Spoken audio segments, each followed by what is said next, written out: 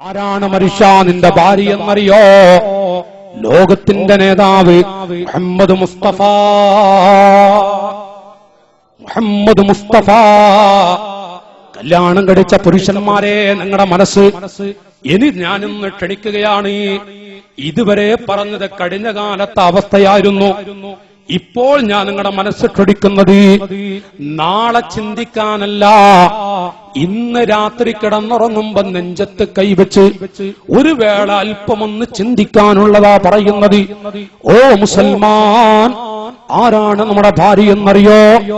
ഭാര്യ എന്ന് പറയുന്നത് ഹിയ ജുസ്ഉം മിൻക, നിന്റെ ശരീരത്തിന്റെ ഒരു ഭാഗമാണ്.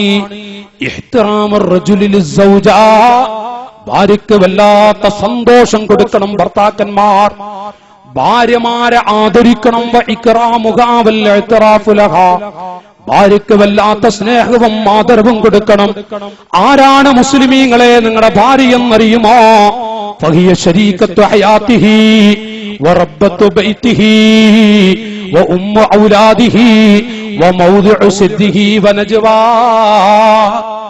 ഭാര്യമാരെ എപ്പോഴും, ഭാര്യമാർക്ക് ഏതു സമയത്തും സ്നേഹം കൊടുക്കണമെന്നും ഭാര്യമാരോട് ചിരിച്ചു കളിച്ചു നടക്കണമെന്നും ഭാര്യമാരെ അടിക്കരുത്, ഭാര്യമാരോട് പിണങ്ങരുത്, ഭാര്യയോട് വെറുത്തു പോകരുത്, ഭാര്യമാരെ അടിക്കരുത്, ഭാര്യയെ വല്ലാത്ത സ്നേഹം ഭാര്യയ്ക്ക് കൊടുക്കണമെന്ന് പഠിപ്പിച്ചു പോയ ദീനുൽ ഇസ്ലാം. മനുഷ്യ, നിന്റെ ഭാര്യ ആരാണ്? ഹി ശരീകത്തു ഹയാതിഹി, നിന്റെ ജീവിത പങ്കാളിയാണ്. മാത്രമല്ല ഉമ്മ ഔലാദിക, ആരാണ് മുസ്ലിമീങ്ങളെ നമ്മുടെ ഭാര്യ? ഇസ്ലാം പറയുന്നു, ഉപ്പ എന്ന് വിളിച്ചിട്ട് ചെറിയ കുട്ടി കുറെ കൊല്ലായി ഒരു കുഞ്ഞുണ്ടായിട്ട്, അങ്ങനെ 10-12 കൊല്ലം കഴിഞ്ഞിട്ട് ഒരു കുഞ്ഞുണ്ടായി.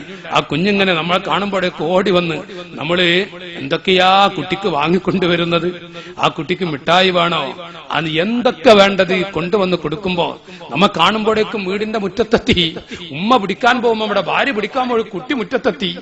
ബാപ്പാനെ കണ്ടിട്ടാണ് ആ കുട്ടി. എന്നിട്ട് ഓടി വന്ന് കയ്യും പിടിച്ച് നമ്മൾ തോളിലേറ്റി ആ കുട്ടി അങ്ങനെ കൊണ്ടുവരില്ലേ? പ്രിയപ്പെട്ട മുസൽമാൻ, ആ കുട്ടിയുടെ ഉമ്മയാണ് നിന്റെ ഭാര്യ. ആ കുട്ടിയുടെ ഉമ്മല്ലേ ഈ ഭാര്യ എന്നുള്ളത്? ഭാര്യമാരെ അടിക്കരുത്, ഭാര്യയോട് ദേഷ്യം പിടിക്കരുത്. കണ്ടോ, ഇസ്ലാം പറയുന്നത് ലാ യഫ്റഖു മുഅ്മിനുൽ മുഅ്മിനതൻ ഇൻ കരിഹ മിൻഹാ ഖുലുഖാ റളിയ മിൻഹാ ആഖറാ. ഇമാം മുസ്ലിം റിപ്പോർട്ട് ചെയ്യുന്ന ഹദീസിൽ കാണാം, ഓ ചെറുപ്പക്കാരെ, കല്യാണം കഴിച്ച പുരുഷന്മാരെ, ഭാര്യയോട് ദേഷ്യം പിടിക്കരുത്, ഭാര്യയോട് ദേഷ്യപ്പെടരുത്. അഥവാ ദേഷ്യം പിടിച്ച് വല്ലതും പറഞ്ഞാൽ അന്ന് രാത്രി ഉറങ്ങുന്നതിന് മുമ്പ് ഭാര്യയുടെ ചുണ്ടത്ത് മുത്തം കൊടുത്ത് പൊരുത്തപ്പെടിക്കണേ. ഭാര്യമാരോട് പൊരുത്തപ്പെടിക്കണം. ഭാര്യയോട്, ഭാര്യയെ അടിക്കുകയോ ഭാര്യയോട് ദേഷ്യം പിടിക്കുകയോ ചെയ്ത ഭാര്യയെ പൊരുത്തപ്പെടിക്കണം. ഈമാനുള്ള മുസ്ലിമേ ലോകത്തുനിന്നുണ്ടോ? ഇങ്ങനൊരു സംഭവം ലോകത്തുണ്ടോ? ചിലപ്പോ വല്ലപ്പോഴ പെണ്ണ് ദേഷ്യം പിടിച്ച് എന്തെങ്കിലും ഒന്നിങ്ങോട്ട് പറഞ്ഞ 100 പ്രാവശ്യം അവള് പൊരുത്തപ്പെടണം എന്ന് പറഞ്ഞാൽ നമ്മൾ പൊരുത്തപ്പെട്ടു കൊടുക്കൂല. ഏതെങ്കിലും സമയത്ത് എന്നിട്ട് നല്ല രൂപത്തിൽ കിടക്കുമ്പോ അവള് പറയും, ഞാൻ അന്ന് പറഞ്ഞ പൊരുത്തപ്പെടണട്ടാ, അപ്പോഴും പൊരുത്തപ്പെട്ടു കൊടുക്കൂല. എന്റെ ചെറുപ്പക്കാരെ, എന്റെ പൊന്നു പിതാക്കൾ, ജ്യേഷ്ഠ സഹോദരങ്ങളെ, 20 കൊല്ലം 25 കൊല്ലം 10 കൊല്ലം 40 കൊല്ലൊക്കെ കല്യാണം കഴിച്ച് ദമ്പതികളായി ജീവിക്കുന്നവർ സദസ്സിലുണ്ട്. ഇന്ന് വരെ ഭാര്യയോട് എന്തെങ്കിലും പറഞ്ഞിട്ട് പൊരുത്തപ്പെടിച്ചിട്ടുണ്ട്? നമ്മൾ ഭാര്യയോട് ദേഷ്യം പിടിച്ചിട്ട് രാത്രി ഇങ്ങനെ ഉറങ്ങാൻ കിടക്കുമ്പോ ഭാര്യയോട് അവിടെ തൊട്ടടുത്ത് മുഖത്തിങ്ങനെ നോക്കിയിട്ടേ, ഞാൻ ഇന്ന് ദേഷ്യം പിടിച്ചത് നിനക്ക് വെറുപ്പുണ്ടാ? ദേഷ്യം വന്നപ്പോ പറഞ്ഞതാട്ടോ, ഒരു വിഷമവും എനിക്ക് നിന്നോടില്ല, ഞാനൊരു പാവാണ്, എനിക്ക് ഇങ്ങോട്ടൊരു വെറുപ്പുണ്ടാവരുത്. സുബ്ഹാനല്ലാഹ്, എന്റെ അനുജാ, ജീവിതത്തിൽ ഒരു വാക്ക് ഭാര്യയോട് പറഞ്ഞിട്ടുണ്ടോ? ഞാനിത് പ്രസംഗത്തിന്റെ ചൊറുക്ക് നോക്കണ്ട, നിങ്ങൾ പ്രസംഗത്തിന്റെ മധുരം നിങ്ങൾ ആരും നോക്കണ്ട. ഈ ഉള്ളറയിലേക്കൊന്ന് നിങ്ങൾ ചിന്തിച്ചു നോക്കൂ. കല്യാണം കഴിച്ച സ്നേഹിതന്മാരെ, ഞാൻ എന്റെ നഫ്സിനോട്, എന്റെ ശരീരത്തോടടക്കം ചോദിക്കട്ടെ, ഭാര്യയോട് ദേഷ്യം പിടിച്ചിട്ട് അന്ന് രാത്രി കിടന്നുറങ്ങുമ്പോ ആ പെണ്ണിന്റെ മുഖത്ത് നോക്കിയിട്ട് ഒരു തുള്ളി കണ്ണുനീര് നമ്മുടെ കണ്ണിൽ നിന്ന് തെറിച്ചിട്ടുണ്ടോ?